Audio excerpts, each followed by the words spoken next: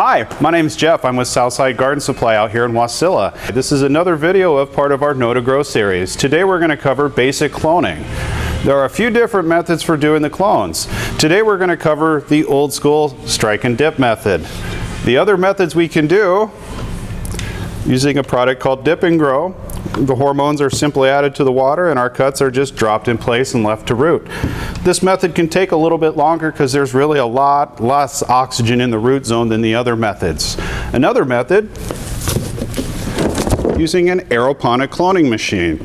These things are really fast, but they also require lots of cleaning, so there's always a catch-22 one way versus the other. Today we're going to cover the old school method using Jiffy pucks, plugs, rooting hormone, and old school trays. It's pretty simple. We have some basic tools we need to have. First thing we're going to have is something to put the clones in. We can use either Jiffy pucks. We also have peat moss plugs. They both work reasonably well. Other things we're going to need: a good sharp scalpel, a little stick so that we could improve the holes that we have in our Jiffy pucks. We'll need some rooting hormone, a glass to put it in. Then of course we're also going to need a dome and a tray system so that we can keep our clones humidity very high.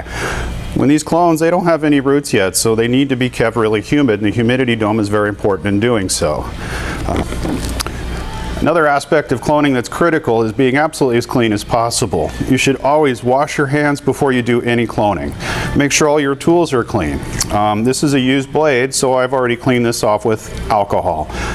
Let it dry first, but the whole idea is being clean. Everything has been cleaned before use. You can reuse your trays. They just need to be washed in a warm soapy water so they're free of pathogens, and just clean. Cleanliness, cleanliness, cleanliness. Always try to work in a clean workstation. A spray bottle, plain tap water. After we take our cuttings and put them into the dome, we're going to use the water in the sprayer just so that we can maintain some moisture in the dome while they're growing their roots. Now to get into the cloning. First thing we're going to need to do, we need to soak our Jiffy pucks. And soaking the Jiffy pucks is just as easy as it sounds. We just need to soak them in some form of water. Today we're going to be using our microbial tea to soak the pucks in. That's about all it's going to take. In about 10 or 15 minutes, those will be already expanded and ready for use. I already have some pre-soaked, so we can go ahead and just kind of watch these expand while we do our work. The Jiffy pucks, when they expand, they're usually kind of tight, so it's always a good idea to just massage them out a little bit so that they're a little bit looser. And then we're going to use this stick to make our hole. Today we're going to be taking clones from a tomato plant. I've already cut the stems off, but they still need a little bit of work. We don't want to root a stem this long because right down here it's really, really rigid. What we're looking for is a transition from really rigid to really a lot more flexible.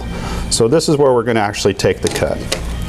Using our clean razor blade, we just simply want to cut right down here at the crotch, roughly 45-degree angle. The angle is not absolutely critical, we just want to expose more surface area here for the rooting hormone to work into. There's also two techniques for helping that process.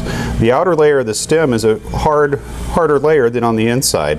The roots actually form on that inside layer, and so one way to expose it is to use the razor blade and just do some light scraping to expose that lighter green underlayer. You could do it on 2 or 3 different sides.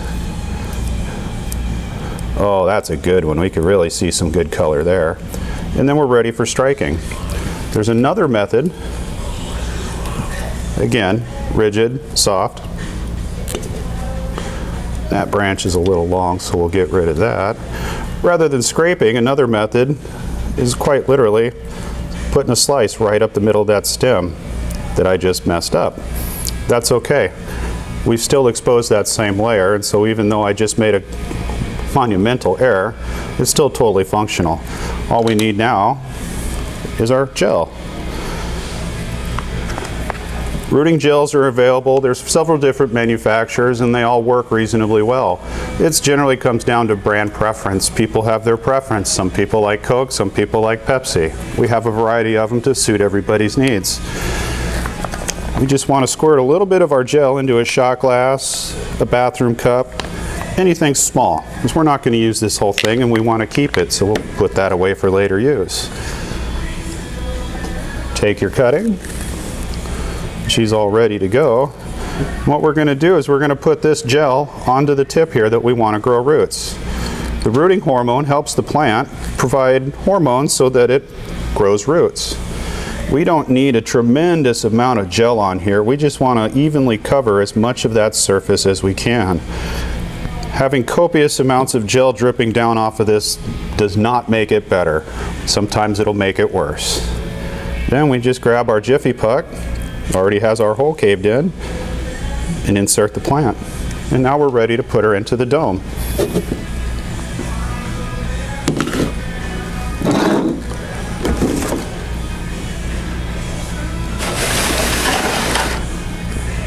The Jiffy Puck can be kind of difficult sometimes because we have a round peg and a square hole, but this stuff is pretty loose.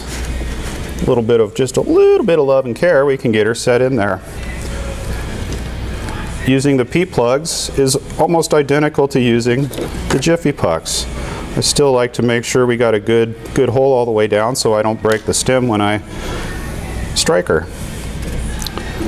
Again, dip the tip in the gel, make sure we get a good, healthy, even coat all the way around that stem. Grab our plug, insert the plant, and we're good to go. Now before I put the dome on, one thing I like to do is always put an extra plug in here. This is the one I'm going to use when I do check for moisture. I can grab this one, squeeze it, feel that there's water in there without harming any of my sensitive new roots that are trying to grow. So it's a good way of checking moisture in the plugs without actually disturbing your plant. Now that we've got it on there, all right, now that we've got our plants in our tray, we're about ready to put our dome on. Grab our spray bottle of water and just give the plants a light misting coat of water so that we've got plenty of humidity in there. You always want to make sure there's some water in the bottom of the tray, but we don't want the plugs sitting in water. So we just want to look and see that there's some water in there, and there already is. And the dome is put on. Oftentimes during our summer months, we don't necessarily have to have a heat mat. However, in the wintertime, we often do. We want to maintain 70 degrees in the root zone for proper rooting. During the winter times, the heat mat helps provide that additional heat to maintain 70 degrees. One rule of thumb when you put your dome on, don't take it off for 3 days. There's nothing to look for. Roots always take at least a week to form, so within those first 3 days, there's really nothing to look for. All you'll end up doing is letting out all the moisture in there.